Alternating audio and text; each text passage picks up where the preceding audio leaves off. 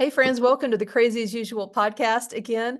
I have a unique approach to the monkeys today because we're going to talk about not only how running can actually help as a modality to treat mental health issues, anxiety, stress, depression, but we're going to talk to Mandy Mullen, the founder of the Run.Windsor race, who actually battled a number of monkeys herself in starting this race.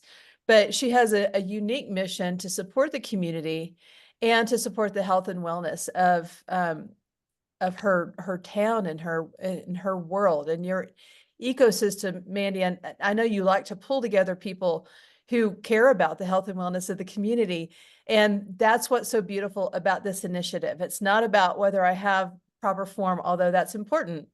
It's not about whether I can do the whatever minute mile, because that's not me. So, Mandy, tell us a little bit about why you founded the Run Windsor Race series, and then I'm going to ask you more questions. Keep going.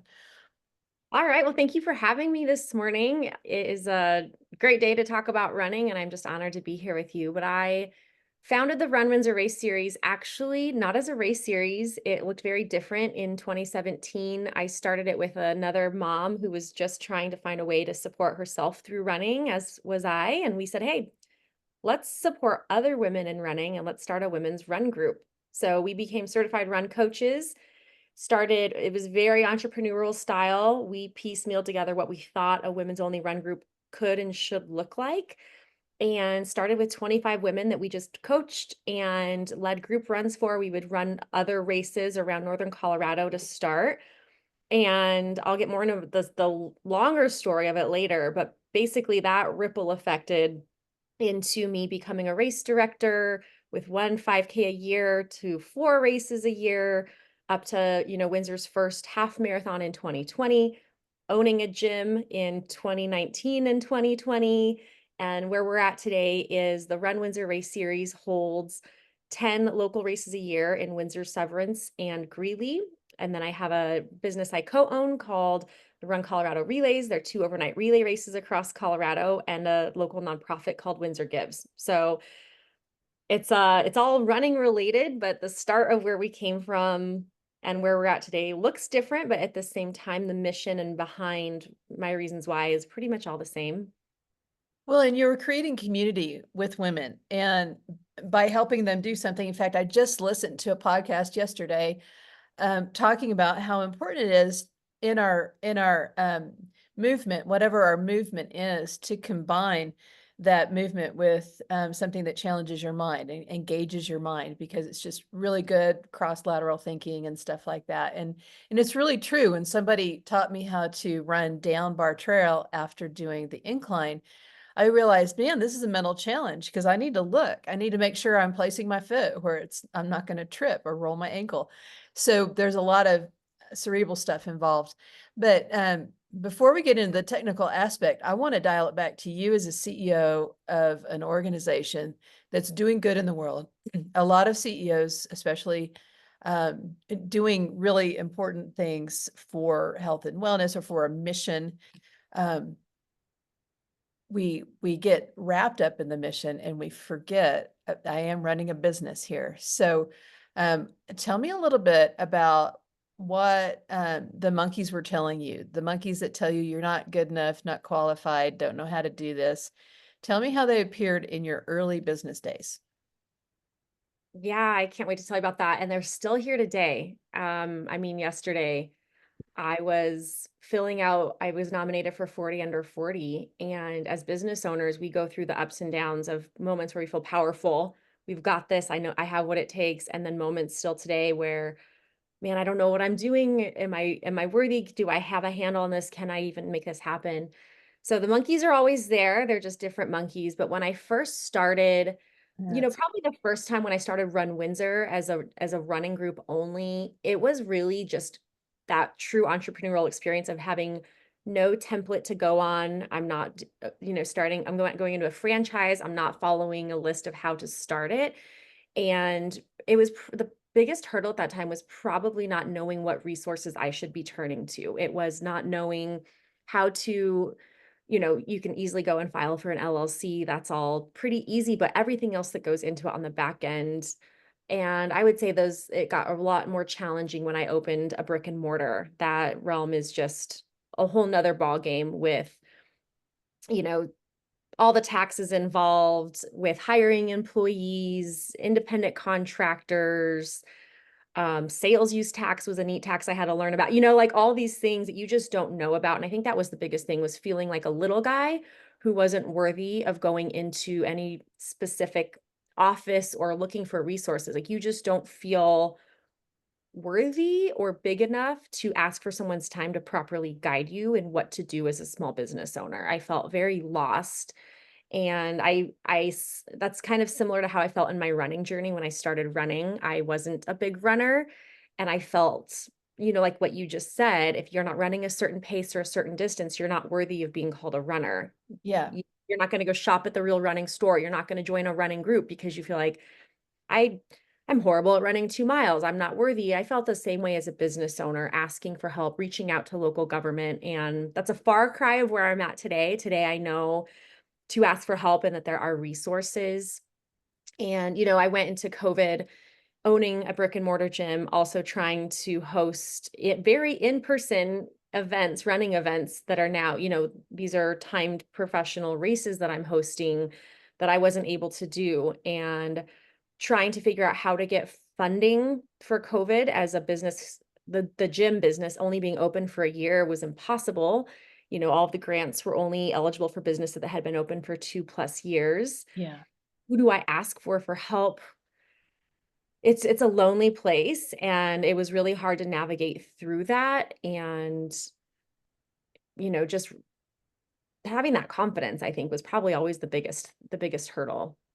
So when you would hit that confidence wall, um, how do you get over that? How do you keep from letting it crush you?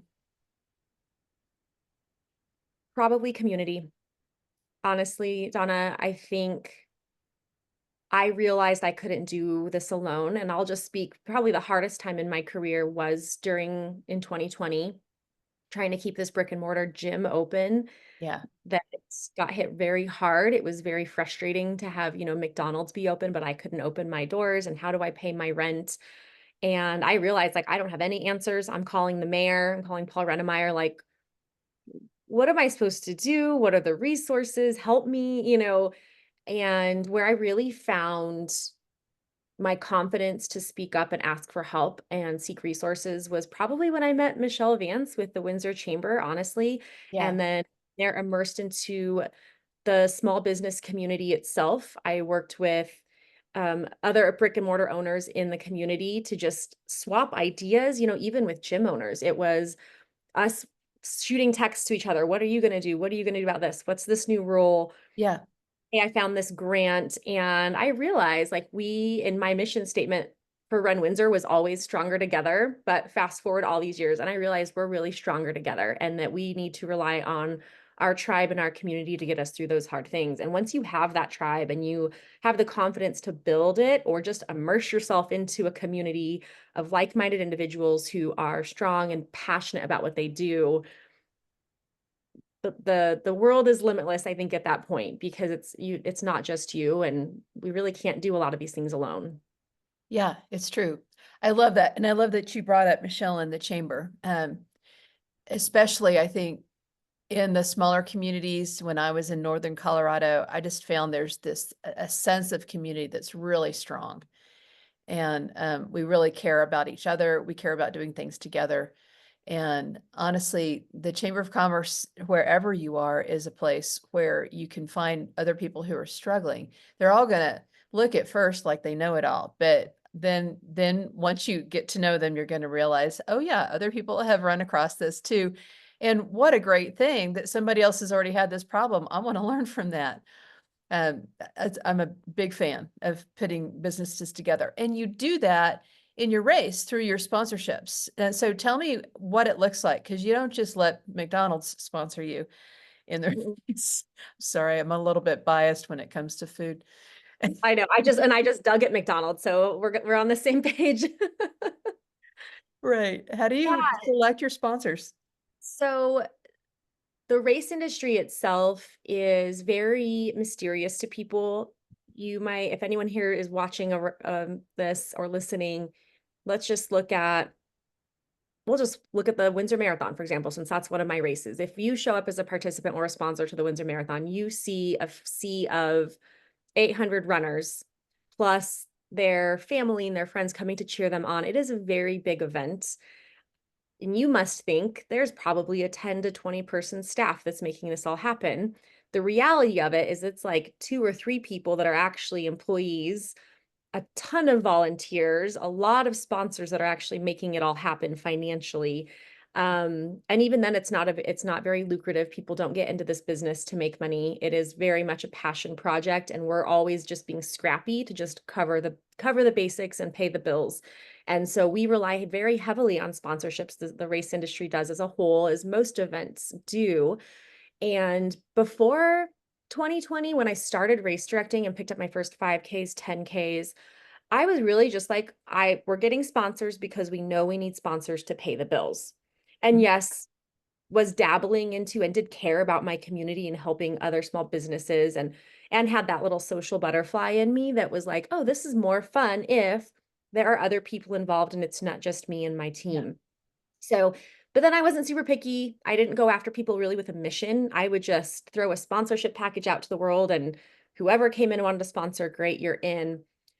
When we went through what we all went through in 2020, not only did I realize the importance of health and wellness and our right to move our bodies and gather in a gym or outside a gym or whatever, and the motivation required to do that, I also recognize the importance of supporting our mental and emotional health through Yeah. movement and exercise. And even further, I recognized how much we need to support one another as business owners. And it became this time in my life where I really was passionate about, instead of just getting sponsors to help pay the bills, I wanted to create a well-rounded realm and a community that took care of our mental, emotional, physical well-being while also supporting and celebrating the people, the businesses, nonprofits, and organizations that make up our community. And Nice. that mindset right there kind of that is like our mission statement, because it truly is just descriptive of how important it is. And so when we choose our sponsors today, we're really not, yes, we need financial support. So if there's someone out there that's just like, we want to give back, we want to sponsor for the sake of Yeah. sponsoring, awesome, we're not going to turn that away. But I also really want to be engaging with our sponsorships, and I want to help connect the dots of their mission and what they do to our audience, which is our runners. And so, for example, we will talk about, so our financial advisor sponsor, High Point Financial Group, we're not just slapping their logo on the finish line. We're engaging our community and having conversations with them throughout the year, posting on social media about what is the long-term effects of taking care of or not taking care of your financial health. Hmm. When we go into the winter months, for example, where we see an increase in depression and sadly suicide rates and a lack of movement, how many times is that tied to overspending at the holidays and this pressure to produce this picture perfect Christmas for our kids? Yeah. Let's talk to our partner at High Point about planning out your finances, because in the long run, that's going to help your overall health and wellness of you and your family. Yeah. And so we really just try to engage with them now. And obviously, to your point, we are picking sponsors that can share some sort of alignment in our mission Hmm. and make sure that we're providing resources to our community beyond running, because running is so much more than that. Yeah. And it just provides a platform for people to gather, and especially around health and wellness. We're doing that also in Colorado Springs. There's an initiative to connect health and wellness service providers who are qualified and licensed with the business community, because they don't have time. A small business does not have time to figure out, how do I support my employees with wellness? I want to keep them at work. I want to increase employee retention. I just don't know how to do it, and I don't have the resources. So we're trying to bridge that gap. So I think you're creating a community that does that in Windsor. It's a beautiful thing. And now, speaking of businesses and just the average CEO, um, I love the picture that you have behind you, because it shows people who are not necessarily those really lithe professional runners. You have a variety of people in the race. Tell me, what do you say to that woman who says, yeah, I need to get out from behind the computer and actually run. I'm not really sure how, and I'm a little bit intimidated by all these people who can do it faster or better than me. What do you Well, say? first I'm gonna tell that woman I feel you because I started out by not being a runner. I found running just to be a means to wellness and honestly losing weight and getting into shape after college. Now I run 100-mile ultra races. I don't know if anyone's heard of the Leadville 100, but I Yeah. just ran that race for the third time this year. So it can be done. So I'm going to start by saying that. It also can be done while you are running a business or in a career or raising children, because I'm doing all of that. It's not easy, but step one is identifying your reason why. Why do you want to be active? Why do you want to be healthy? Why do you want to feel better in your skin? Why does how and like, thinking back to how your mind feels when you're incorporating exercise into everyday life. So the reason why is step one. Second is that it doesn't take a lot of time and effort, and you don't have to be fast and you don't have to go far. 10 to 20 minutes every day or every other day is all you need to get started. And that it's just so much more than running, that when you do run, whether it's a 5K, a 10K, a half marathon, or you're just running it, every week, there is so much more mental clarity and self gratification that you get out of that. Hmm. So I think just recognizing that piece, and then, knowing, like I said, you don't have to be fast. Running should be enjoyable. It should not be torture.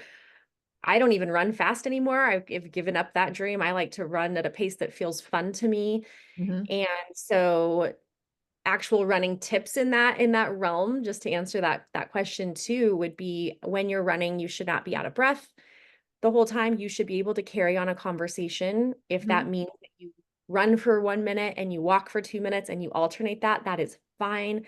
Actually, a Yeah. lot of ultra runners today, that's actually how they get through ultra running events. Yeah.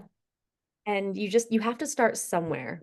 Yeah. But step one is identifying your why. Why do you want to do it? It's just like anything in life, right? You're not going to be able to get through that challenge unless you know why, and your heart and your mind are focused on finishing that goal. Yeah. I think the why is really the thing that pushes us. I created a run playlist that has music in it that um makes it hard for me to not run. When I like hit the a certain point in the music, it just like kicks me into gear. And if I continue walking through that chorus or whatever, it just feels weird. So I use it as a psychological trick, and I love what you said about just 20 minutes. That's what the neuroscience is saying, that 20 minutes is about what it takes to get your heart pumping and get those serotonin levels into your brain. And that's something that we can easily come up with. Giving up an hour to work out is hard, but Yeah. 15 or 20 minutes is something we can do. Yeah. It can be in the middle of the day. It can be, my trick I've always told my runners is you should always have a pair of running shoes and workout clothes in your car. Hmm. There have been times during my training where if you're sitting in the school pickup line, for example, and you're in that line because school's not getting out for another 20 minutes, be the crazy mom, put the car in park, get out and run up and down the sidewalk, or dad, until it's getting close for the kids to come out. Yeah, people are going to look at you weird, but you might also inspire someone and make someone else feel a little more confident about, what? I could use this time more wisely and just get out and move my body. Uh-huh. And you have to get creative because it's not easy. I mean, there are definitely going to be things in your life that you're going to have to give and take a little bit. My husband and I both run ultra marathons. And so one thing that is a constant at our house is our children will always have clean clothes. They are not always put away, and they are not always wrinkle free. Like often we're grabbing clothes from the dryer or we're grabbing clothes from a laundry basket, because it's one thing that we sacrifice in order to make time for exercise. Yeah. Oh, that's hilarious. And I love how you said letting yourself sacrifice some things, and learning what's within your sphere of control and what's not. I can control the fact that my clothes are clean. they don't have to be wrinkle free. In fact, I bought pickleball t-shirts. We created our own pickleball team. And then I left them in the dryer overnight and they were all wrinkled. And I went, well, who's gonna care if your pickleball t-shirt is wrinkled? Hopefully you sweat enough during pickleball that it kind of just releases the It's wrinkles. just gonna release everything anyway, right? So I think we just need to lay down some of those rules. Mhm. So what would you like people to do based on our conversation today? I think for us, or for me, it's really, there's kind of the small business aspect of this too. And it's recognizing in this climate in today's world, I mean, and I'm just speaking to my small business owner friends who are also struggling. It's approaching your daily interactions with small business owners with kindness. It's having grace. It's finding out what can you do to help. And also like recognizing people's the importance and the mission behind everything we're doing. Yeah. And obviously running is twofold in that, you know, the running community is amazing. So I think I'm always the proponent for getting into running, whether it's long distance races or just part of exercise for your family. Mhm. And we're looking to grow our race series and support other businesses locally and across the state of Colorado. We're looking to connect with other people that have the similar mission to us. So people that are in health and wellness, whether it's gyms or mental health or emotional health or even our healthcare providers. We're really looking just to be a connector in that space. And we're always looking for people to partner with us and help us just create a better experience for our participants, give them more resources. Nice. Obviously, that comes in the form of sponsorships for all of our race series, but it's always wanting to grow this tribe of the Run Windsor community and the Run Colorado Relays community, which is a newer venture for me. I've co-owned those we're going on our second year now, All and right. definitely looking to get more people involved in those two races because they're the only two cross-state relay races in Colorado. Okay. And we can get more information on both of those on your website. Yes. So runwindsorco.com is our website. We are always looking for runners. We're always looking for volunteers because, like I said, these races do not happen without a lot of volunteers behind the scene, out on the course, at aid stations. And then, of course, we're looking for sponsors. Okay. Well, I will put all that information in the show notes. And thank you, Mandy, so much for taking time to share your story today. I think every female entrepreneur needs to know that she's going to hit some walls. She's going to hit the confidence barrier. And you've reminded us that we can get over it and keep running. I appreciate it. Always keep running. It's just like in running, it's one foot in front of the other. And who you're taking along with you on the side, that's really what matters most. Exactly. Well, friends, this has been the Crazy as Usual podcast with Donna Carlson and Mandy Mullen.